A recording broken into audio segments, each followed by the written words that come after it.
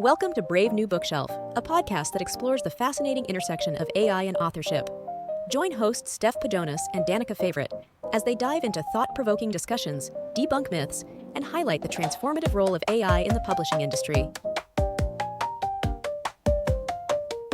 Hello and welcome to the episode of Brave New Bookshelf. I'm one of your co-hosts, Steph Pajonas, CTO and COO of the Future Fiction Academy, where we teach authors how to use AI in any part of their business. We're coming into the last couple of months of the year here, and lots of people are getting those Christmas novellas written and getting ready to do some Black Friday deals and Cyber Monday stuff coming up, which I'm always excited about as a person who loves to grab software when it's on sale.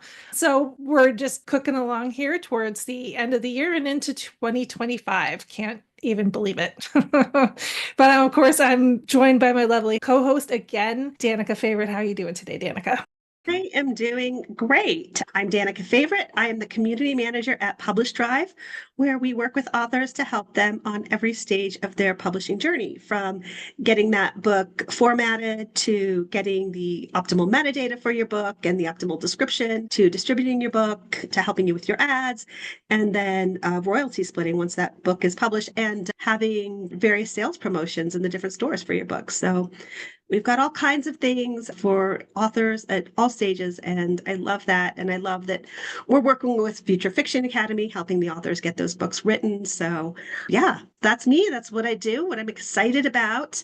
I am also excited about the Black Friday and software sale stuff. And even though you're a Mac person and I'm a PC person, you let me know about those deals, because I feel like later, like months later, you're like, oh yeah, I picked this up. And I'm like, why don't you tell me? So make sure you tell me.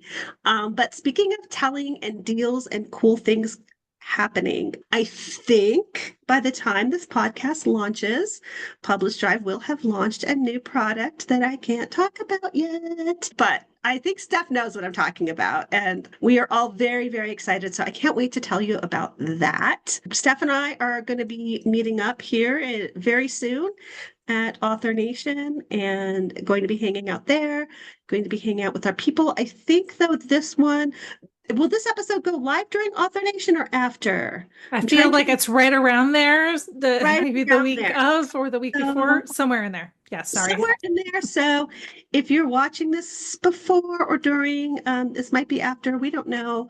But still very excited because just so many cool things happening towards the end of the year. And I hope you're all excited too. So speaking of exciting things, we have an exciting guest today. Her name is Lorna K. Bailey. That K is very important. So we will have links in the show notes and everything, but make sure if you're Googling her, looking for her, because you're just listening to this in your car, if you are interested in her and what she has to talk about, make sure you look up Lorna K. Bailey. That's a K dot, the K initial. Anyway, I'm excited to have Lorna because Lorna is an author assistant. She's a virtual assistant. She does a lot of things for different authors and has a lot of author services. And I love hearing about how authors can get assistance in ways they haven't thought of. And so what's great about Lorna and what she does assisting authors, I think one of the things Steph and I talk about a lot is, gosh, what are the things that you struggle with? What's hard for you in your writing journey? What don't you like to do? That is where someone like Lorna is really great and really capable. And what's awesome about having someone like Lorna is she too is using AI tools to the extent that the authors she's working with are good with that. So again, it's the same thing we always talk about. Pick what you like, use what you like. And if there's something that you're not comfortable doing with AI, you're not comfortable doing with yourself, we've got someone like Lorna who can help you, which I think is super great. This is really the great thing about the writing world right now. It's really a choose your own adventure, and you get to choose what you want to do, what you do and don't like. So I will hand this over to Lorna. Lorna, tell us about yourself. Tell us what you do and any other interesting things that our listeners might appreciate hearing about you. Thank you, first off, for having me on the show today. I'm really excited to talk to you both. I love Publish Drive and what they do. So I feel like I'm amidst royalty right now. So hanging out with you guys today. But yeah, so I've been an executive assistant since 2014. I've supported various entrepreneurs in various capacities, whether that was full-time employee or part-time contractor. And I somehow landed in the self-publishing world because my husband's an author, and so I wanted to help him with his indie author journey back when it was the Wild West of Create Space and you could throw a book on Amazon and no competition, and it was just really great. So I've been in the industry for quite a while, just supporting other people. I myself am not an author. I do have a couple books in mind that maybe someday when I get the time to write. As you guys know, it's very time consuming writing a book, unless you use AI. And so that really is my background, is supporting my husband with his author journey and then supporting other authors as well. I also support entrepreneurs in the indie author industry. Marianne Roach Smith, who coaches authors on how to write memoir, has been a longtime client of mine. I love supporting her. And then I also have supported Dave Chesson, who's the creator of Publisher Rocket, Kindlepreneur, Atticus. And so I've had the privilege of working with some really amazing people in the industry. And I kind of like to explain my sweet spot being helping authors find that connection between creativity and productivity, right? So wanting to publish books, not wanting your productivity to hamper your creativity, but also being realistic of if you don't have systems and processes in place, then you're just making things much more difficult for yourself and you're not able to produce books on time and as often as you'd like, right? So finding that sweet spot in the middle. I am a systems and processes geek, and I love building those out for authors. I have a course where I literally teach authors, here's how to create all of that in your business step by step. Hold your hand through the whole thing if you don't want to hire someone or if you're not in that budget area. I love helping authors do that. I love books. So I'm on the other side. I'm a reader, avid reader. I love to consume, but I also love helping authors produce good books. So That's awesome. I'm already like, okay, sign me up for your course. I need to learn my system. Like, especially as we've talked about the past few weeks with my computer crash and having to get this new computer. Grateful that I had some systems in place for sure. And I did not lose anything. I did lose some writing in Raptor Write, but those were during the crash period. And that was just because of how Raptor Write is set up. And I was not saving as often as I should have. But that said, I am all about finding those systems because, like I said, I am grateful for the ones I had. I'm like, okay, give me more, tell me more. So tell me about some of the author systems you set up. Obviously, this is a selfish question, but I know when I talk to other authors, they're also like, oh my goodness, I need a system for that. And I'm like, dude, I can't help you. So, yay, I can help you. I've got Lorna right here. yeah, so it's so different author to author, right? And that's what I love about systems is you make them work for you. So if one system works for one author, but you see their system and you're like, I hate that. That looks awful. You do not have to do it that way. And they don't need to be complex. They don't need to be 5 softwares all commingled together. Really, it's what about works for you. So for instance, one of my favorite project management tools is Notion. And I love Notion because it is so easy to use. And it also is really kind of like a wiki for your author business. So you can have all sorts of things in there, like your character profiles, helping you remember what color of eyes does this character have, because readers will pick up on inconsistencies like that. It's crazy.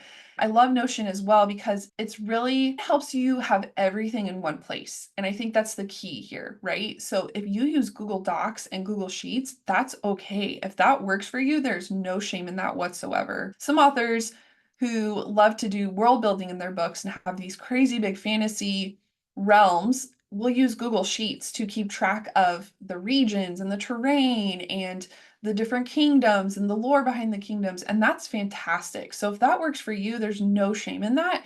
Keep doing it and be consistent with it. That's always the key. So Google Docs, Google Sheets, love using those.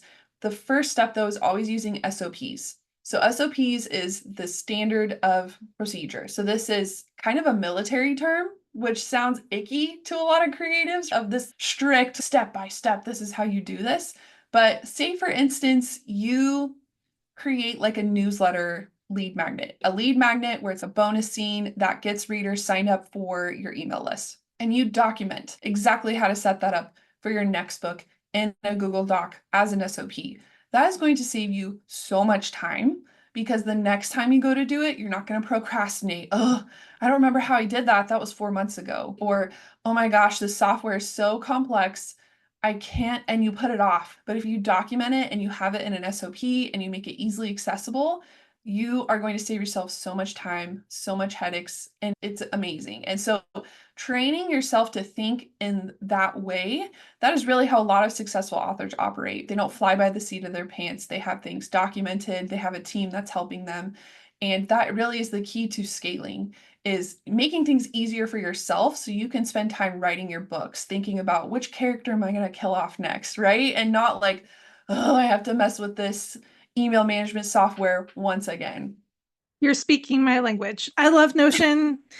Danica will tell you that I've been trying to get her to use Notion a lot more and get everybody on the same page. At the Future Fiction Academy, we decided very early on to start using Notion for the business. And I'm really glad we did, because they have really doubled down on their AI usage in Notion, which is great. Like, they keep adding tools to it, and it just keeps getting more robust. And we keep finding new ways to add it to our process and our workflow. I also agree on the SOPs.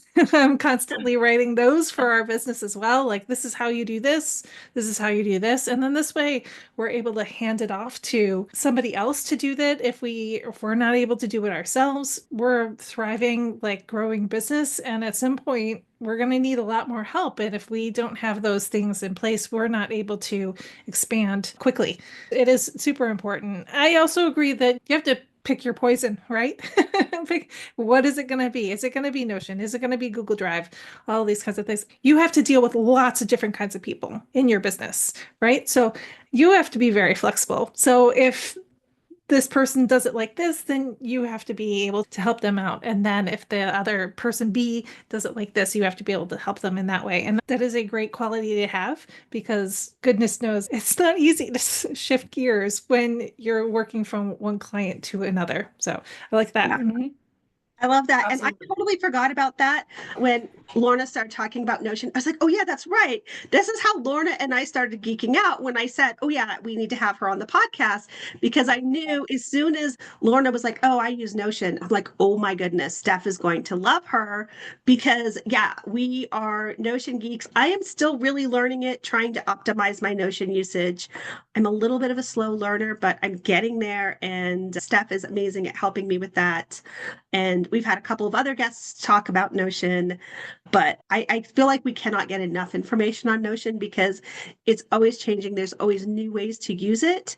And so I love hearing about how different people are using it. I will say, number one, Steph and I do use Notion for all of our podcast stuff, which is amazing, because we each have our part and we put that in Notion. And so we can quickly just send each other a message. Hey, my stuff is done in Notion. Okay, cool.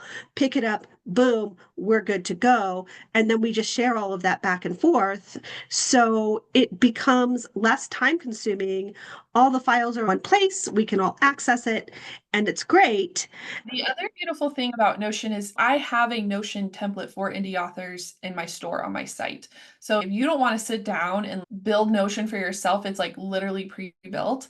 And one of my favorite features about it is if you have an idea for a book, you can put it in there. Because my husband, we literally sat down the other day and he wrote out on his whiteboard all his ideas for future books, and he had like 20 ideas. And I was like, capture these, put these somewhere, put these in Notion, don't lose them, right? And so it just kind of helps free up your brain space, right? To just have somewhere proper to dump that information. Put it in like a parking lot is what my good friend Jen Lawrence describes it as. If you're on a meeting or you're on a walk or something, if you have a parking lot in your Notion where you can put your ideas and then refer back to sometime later, that's always great too. And that just helps you with the decision fatigue that we all face as humans every day. What t-shirt am I going to wear? What am I going to write about today? What am I going to work on? If you have something like Notion or ClickUp or Asana, or even a just running to-do list in your phone, you're getting that out of your brain and you're able to use that mental energy for things that you really care about, like your writing and connecting with your readers and having that capacity mentally and emotionally to do those things, right? It's just so helpful. This is Yeah. that whole second brain thing that everybody talks about, using Notion or Evernote or any one of these tools as a second brain. I definitely need this. I've had COVID twice now. I have brain fog.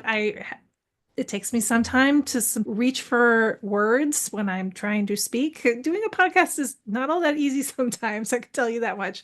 But I need to empty those details from my brain and put them someplace where I can search for them and find them later, because I just do not have the brain space for all of that information. And as authors, we're inundated with information.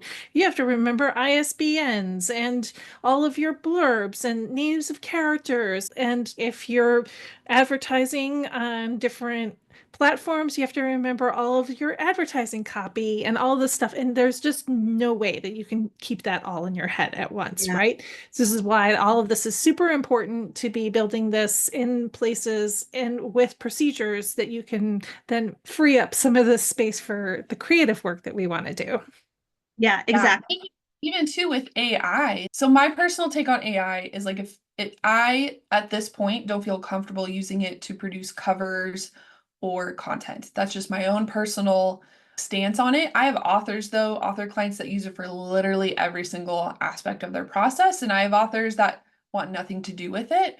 But I always encourage those authors that want nothing to do with it to be a little open-minded to how they can use it in their day-to-day process. So not necessarily in like the creation process, the writing process, the production process, but how could we use AI to help integrate things and shortcut things in your business side of things, like the admin side of things. And they're always like, okay, I think I'm open to that. And then I show them there's this tool, like you mentioned, Steph, like using the AI feature in Notion, you can use that. And you can go into Notion and say, please write out for me an SOP for da da da da da, like formatting my book, and use that as a place to start. So it's just fantastic what we can do nowadays.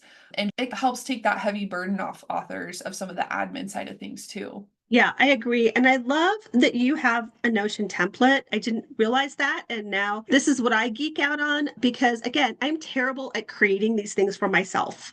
I did purchase a Notion template from someone else. Actually, I've purchased two now. Um, and so I've taken pieces of them. So now I'm probably going to go buy yours. So make sure you send us the link to that because we're going to put that in the show notes as well. Part of that is because I think a lot of people have that confusion of, where do I get started? How do I start doing that? And for me, it's just overwhelmed. And Steph talks about her with COVID brain. For me, I'm going into perimenopause. Perimenopause brain is a thing. It's terrible. 0 out of 10 do not recommend. And yet, this is the struggle all women face. So, like, really thinking about how you can simplify that. And so the fact that there is a tool to just start that process and say, okay, I don't know where to start with Notion. So check out Lorna's template, but also check out other templates. I know that's what made it easy for me when I started is Steph. God bless her. Seriously, I love this woman for a lot of reasons, but one of them is originally she says, okay, you know what? I'm going to help you create a Notion template. And so she's created this Notion template for me that really did get me started. I used to be in Trello. I loved Trello. And I just feel like Notion does a lot more than Trello did. Although I know Trello is getting some AI stuff as well, but I still like Notion better. For those of you who have looked at Notion, who've heard us talking about it a million times and are like, okay, I love you guys, but this is hard.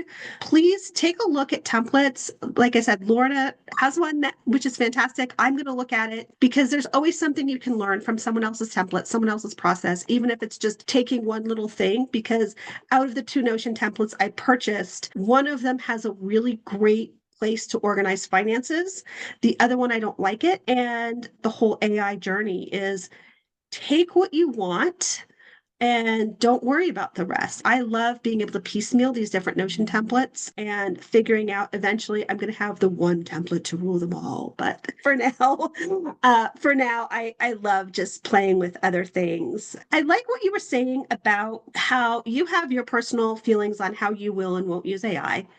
And all of your authors run the gamut. It really is about accepting where someone is in their journey and allowing people to have that freedom to create where they're comfortable. And so that is a great segue into my first question about how are you approaching AI in publishing? You've given us a little bit of that already, but if there's any more you want to elaborate on or just share how you've taken that AI in publishing and said, okay, this is how I'm going to approach it, and here's why. I think that's a really useful conversation piece. Well, so I have like my virtual assistant side, business personal assistant side of my business, and then I also have my courses and my Notion templates and my other products that I'm building out on the side too to help authors. And so I love using ChatGPT as just a sounding board. I will go in there and I will be like, hey, I have this product. Here's a description of it. Could you give me some sales copy for the sales page? And then I'll see what it does. I have really trained my ChatGPT to really know who I am, what I do personally, what my voice sounds like, and I've got it nailed down for the copy part, which I love because I hate writing sales copy, not my jam. And so I wish I was a copywriter because that would make life a lot easier, especially for helping authors with blurbs and descriptions and all those fun things. But yeah, I love using ChatGPT as just like a sounding board. I personally have had a really rough year. I've had a couple miscarriages. I broke my arm falling off my horse on Labor Day.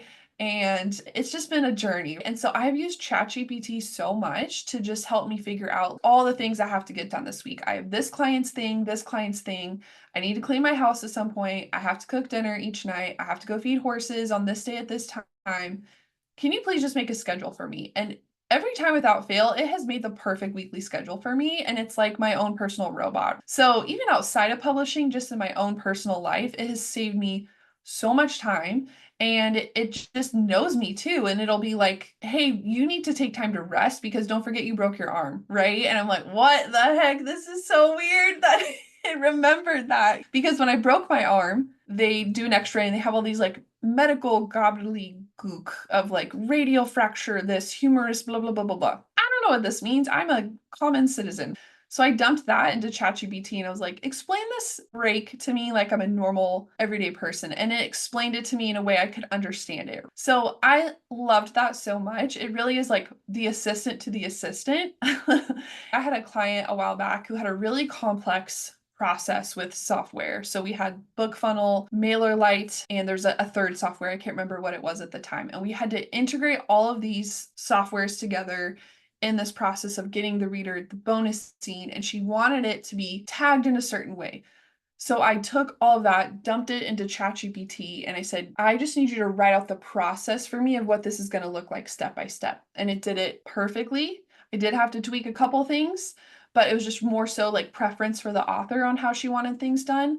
And then I was able to go from there and tweak it a little bit and create an SOP that I've used since time and time again. I love using it in that aspect of just making my life easier. And again, going back to that mental fatigue of just helping me take out like, when am I going to clean my house? Okay, when am I going to get this done? What time of day can I do that? And I use ChatGPT for that all the time. I love that you used it for the medical advice. Goodness knows that I've asked it several questions. I'm like, please just explain this to me like I'm 5. Just give it to me straight. I broke my leg in 2019, like horribly wrong. And I wish I had had this stuff back then because I have rods and screws and plates in my legs still. When they were explaining it to me and I was on morphine, I was like, I don't know what you're saying. I don't know anything about what's going on. It would have been really helpful to have all of that. But I like the extra life help that it gives. It can really get you on the right track. It knows you after a while, especially if you have the memory turned on in ChatGPT and whatnot. So I find it very helpful. I'm glad it's been helpful to you, even outside of work. Oh, yeah, for sure. Did you know you can take a picture of what's in your fridge and put it into ChatGPT and you can be like, here's what I have in my fridge. Can you tell me what I can cook? What can I make with it? That blew my mind.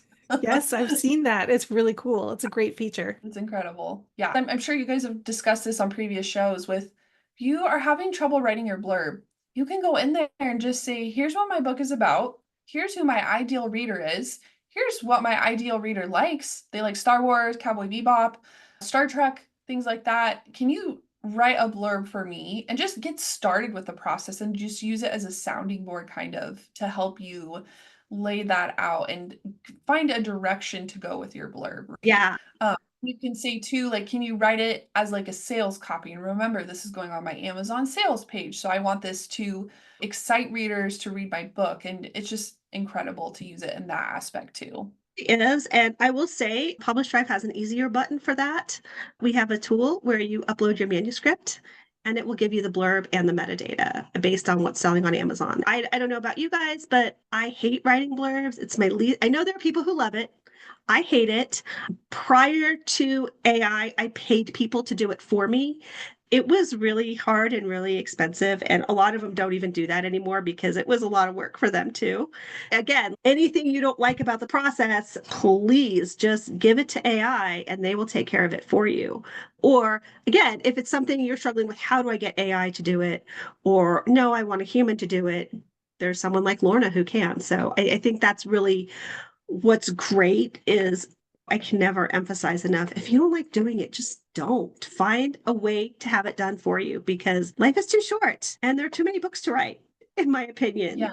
Well, and that's the indie author struggle is it's the business owner struggle, right? You're doing all the things. That's what I constantly have to remind my clients of is you're feeling overwhelmed because you're a business owner. You're not just an author. At this point, we own a business. That means we have to figure out the bookkeeping and sales and KPIs and all those boring things, right? That's the beauty though of being an indie author is you get to outsource the stuff you hate doing. When you start to think that way, that really can change the game for a lot of authors. Yeah, it really does. And I think that is another great lead into our second question about what does your workflow look like? And we've talked a lot about SOPs and things like that. And we've talked about how it's helped you. So I'd love to hear a little bit, number one, about what your personal workflow would look like. But also, are there suggested workflows or ideas? Every author is different, but what are some things that maybe authors can consider in their workflow and how you do your own personal workflow as well as how you're helping authors set up that workflow? Yeah, totally. So I am a morning person through and through. My own workflow will often look like on Sundays, I try to sit down and plan out and look ahead at what do my clients have going on. It's so different from client to client. One client will launch this week, and then this client will have a really chill week. They're just writing. They're in their writing cave, and I just keep things going behind the scenes, right? And so I will look at my workload on Sundays and plan out my week a little bit with that using ChatGPT. I love working in the mornings. That is my time when my brain is fresh and I'm the most productive. I'm the least likely to make mistakes.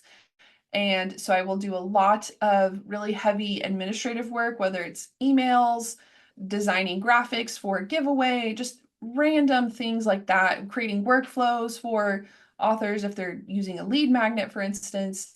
Any project management, I love to do all that in the morning, get that out of the way. And then meetings and outreach or things for my own side of the business with my courses and such, I do that in the afternoons because that will require a little more of a relaxed state of just thinking and trying to figure out how can I help authors best? What about this product? What about that product? And that's a newer side of my business. So that's typically what my day-to-day looks like. And I love using ChatGPT, as I mentioned before, like at the beginning of the week, to just be like, here's everything I have on my plate this week. When should I do what? And I'll tell it, I like to do this kind of work in the morning. So please make sure I can do that in the mornings and schedule this for this time. And then as far as my own personal use of AI, I really like to use it to help me generate new ideas on how to help authors. So I'll hang out in author Facebook groups and I'll just see what are common problems a lot of authors are having right now. For instance, a lot of them were feeling very overwhelmed. They wanted some kind of project management system, but when they would sit down to use Asana or Trello or whatever, they would just I can't do this. This is too much, right? Which some people's brains don't work like that. So I think knowing yourself is really key. Having that self-awareness of what time of the day do you work best, and really as much as you can. If you have a 9 to 5, this is so hard, but trying to schedule those key priority things in that time of day when you have the most energy and your brain is fresh. For some people, that's at night. My husband loves to write at night. So he is a night owl through and through, and I'm tucked in bed with my book and I am going to sleep. But that's kind of my day-to-day process. And it's hard to answer this question because my clients are all so different. I have some clients that are very much like, I don't want you to use AI for anything. I'm like, okay, that's fine. I respect that. I'm not going to push that. And I will ask them, hey, do you mind though if I use ChatGPT for this? And most of the time they're like, absolutely, that's totally okay. And none of it is really a part of their creation process. And I have other clients that we use AI for everything, like everything possible that we can. And it just really depends. So I have to be careful with my own brain space, shifting gears from client to client. And so that's why I love using ChatGPT for my schedule, is it can help me each day. Okay, here's what I've got on my plate. Let's do this. That is fantastic. I love that. And I love that idea. Honestly, I had never thought of putting what I'm going to do into ChatGPT and have them help me with figuring out, because I also use a Sunday planning session. I had never thought of just sticking, okay, here's what I have going on this week. How can I optimize that schedule? I'm like, that's brilliant. I'm going to start doing that. Yeah, I'm just blown away by that, which is so silly because I know to use ChatGPT for everything, right? And there's always something new to learn. So thank you for that. We've talked about Notion, we've talked about ChatGPT. And while we were talking before, you said, oh, I've got really a favorite tool that not everyone knows about. I want to share about that. So tell us about that tool. And is that your favorite AI tool? Or what our final question is what is your favorite AI tool? So let's talk about that. Let's talk tools, because I know Yeah. Steph and I love to geek out on that. Yeah. So I would say it's my favorite, but it's one that I'm like, why don't more authors use this? So if you have a Facebook group, this is one of my favorite hacks to get people on your email list as an author. If you have a reader Facebook group, you can make it so people have to answer questions before they enter the group, right? And so one of those is, do you want to be added to my email list? And they can put their email in there. Well, that's great, but then you have to, every time you approve people in the group, open up your email software, copy the person's name, put it in, copy the person's email, put it in. It's just a whole ordeal. And I know as an assistant, I hate doing that daily for my authors. I'm like, I want to be spending time doing things that are going to move the needle for you, right? So I found this software called Group Collector, and I'll send you guys the link to it. It is not free. I think the lowest tier price is like $30 a year, but you can set it up with AI so it will automatically add those people to your email management system. And you can also put like boundaries with it as well. So for instance, some authors write spicy books. And so they will ask, are you 18 and over before you enter this group? So if someone says no, you can make it so they are not added to your email list at all and they are not admitted to the group. You can set up boundaries for it like that, where it's not just adding people to your email list nilly-willy. It's like you can put parameters around it, which is amazing. So I love using that. It's called Group Collector, and you can do so many other things with it as well. You can have those emails all go into a spreadsheet. So if you want to see if people answer questions certain ways, you can have those segmented onto your spreadsheet in a certain way. And it's just an incredible tool. So many authors have Facebook groups to connect with their readers. We need to be using AI for things like this, right? So you can spend that time commenting on posts and connecting with your readers and posting fun things, posting exciting updates, and not worrying so much about the tech side of things like that. So Group Collector, it's awesome. It's not free, but in my opinion, it's worth its weight in gold if that's something you do and that's a part of your strategy. That one's my favorite, I think, currently. For authors, at least. Yeah, I've never seen anything like that. So that's cool. I join lots of groups on Facebook and if they ask me for my email address, I always think, man, it must be a pain to go through this and have to copy and paste everything over and get them into your funnel and everything. But I guess maybe they use the tool as well. So that's really cool. That's a good tip. Yeah, I love that because as someone who has managed multiple Facebook groups over the course of my career for various purposes, that has always been the annoying pain point. That is the first thing I offload onto somebody else. As soon as I have the opportunity to give that job to somebody else, I do. Honestly, $30 a year to me is cheap versus $30 an hour because that takes hours to do. So yay, that to me is a huge win. And well, especially for PAs out there that might be listening to this will save you a lot of time. Yeah. And what's nice about that, even though I talked about like the hourly payment trade-off versus the annual payment, the thing is that to me, that just makes VAs or anyone else doing it that you would hire to do it, it just frees up their time to do more things that are actually meaningful. Because let's be honest, this is just busy work. This is just stuff that it helps, but it's just tedious, boring work where if you can offload that piece, then you can give more exciting and interesting pieces to people and keep them more engaged. And that is something that I love. That's a huge passion of mine in terms of thinking about what meaningful work looks like. No one grows up wanting to copy names onto spreadsheets. And so if we can keep them from having to do that, what can they do that would actually have some meaning to them? I would rather spend time signing you up for book promotion sites and like planning that out and taking that off your plate. And I think too, from an assistant perspective, when AI really became big a couple years ago, a lot of assistants and authors were very nervous because it's like, oh my gosh, am I going to become obsolete? Am I just going to use AI for every single thing? No, there's some things an assistant does that are just irreplaceable that really you still need that human aspect for it, or that like forward thinking aspect. And so I always encourage assistants to not be afraid of using AI either, as long as your client's comfortable with it, because that's going to make you learn new skills that are super valuable. And that helps you be able to charge more per hour and to increase your quality of life and to learn skills like project management, like running ads. There's so many different things out there assistants do.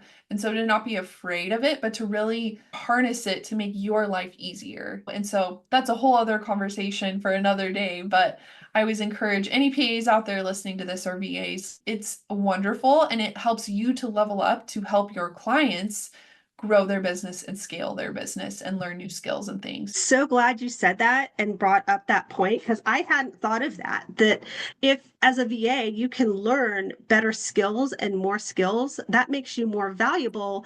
And so rather than taking away earning power, that actually increases your earning power. How fantastic is that to give someone that capacity? Because Steph and I and a lot of the authors in the AI community talk a lot about how the jobs are not going to be taken by AI. It's going to be taken by the ones who know how to harness the AI and use the AI. And here is another example where there's this fear, oh no, it's going to take our job, where actually it's going to make you do your job better and more efficiently and make you as a human more valuable. And I'm excited about that. Now I'm really excited about the whole VA business. I always have thought they were valuable, but now I'm like, whoo, you guys are about to really explode in how successful you can be. Yeah, absolutely. And I think as a VA, just having that mindset of how can I add another tool to my tool belt. So learning how to use a formatting software like Atticus, that is invaluable because all of a sudden now your client does not have to spend that hour, whatever, how long it takes them formatting your book. That's one more thing you can take off your client's plate. They can spend more time writing more books, making more money. We all win in the end, right? It doesn't need to be a thing that's so feared. Or, like I said, I think it's something I would love more assistants to harness and to really use as a tool in their tool belt. Yeah, I think that's the quote of the day. We all win in the end. We do. Absolutely. Absolutely. Yeah. Happy assistants, happy authors, right? That's always the goal. Right. And it seems that ChatGPT might be your go-to place for that sort of like AI chatbot too as well. Are you using any of the GPTs? Have you found some cool ones to like help you with your processes? Not yet. That's Mhm. one of my goals for, especially with my broken arm, to just really learn some more about AI myself, add more tools to my tool belt for my own repertoire. I had to lessen my workload a little bit. My Mhm. clients were so amazing about it. They were so understanding and incredible. But it's really given me some time to learn, make a list. Perplexity is one that I keep hearing people throw out there. That's one that I really want to learn more about. So leveling up my own skills of AI and getting more comfortable with it and learning how it can help authors more and more is something that I'm really going to focus on. I think these next couple months. It's November, December. So going into hibernation mode, perfect time to learn things like that. So yeah. Yeah, I agree. It's a good time to be learning those kinds of things. And I think that if you're working a lot with Google and stuff like that, you might want to check out Gemini. Gemini is a very helpful tool. It can access Google Maps and your Google Drive. I find it very helpful. So I'm going to send that little tip towards you. I Yes, think you'll like please it. do. Yeah. Yeah, no, absolutely. I'll take whatever I can get. Yeah. Yeah, I think we need a Google Gemini episode, to be really honest, because the more I learn about it and the more I try it and use it, and the more you talk about it, Steph, the more I'm like, oh my goodness, this is so powerful. So, anyone out there who's a Google Gemini expert and wants to be on the podcast, Give us a call.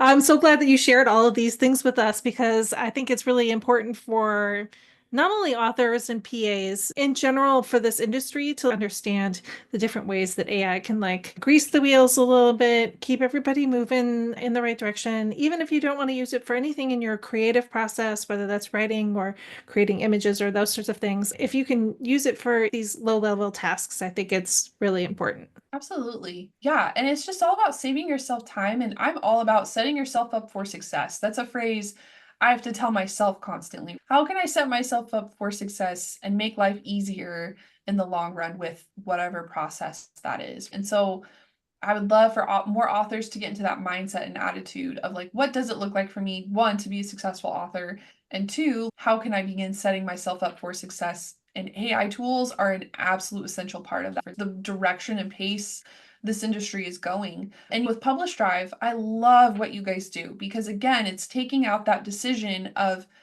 well, where am I going to put my books? Am I going to put them on Barnes and Noble, Kobo? Where? Oh my gosh, I have to sit down and do this step by step by step. And you guys are the epitome of we got you. It's a one-time thing and you're good to go.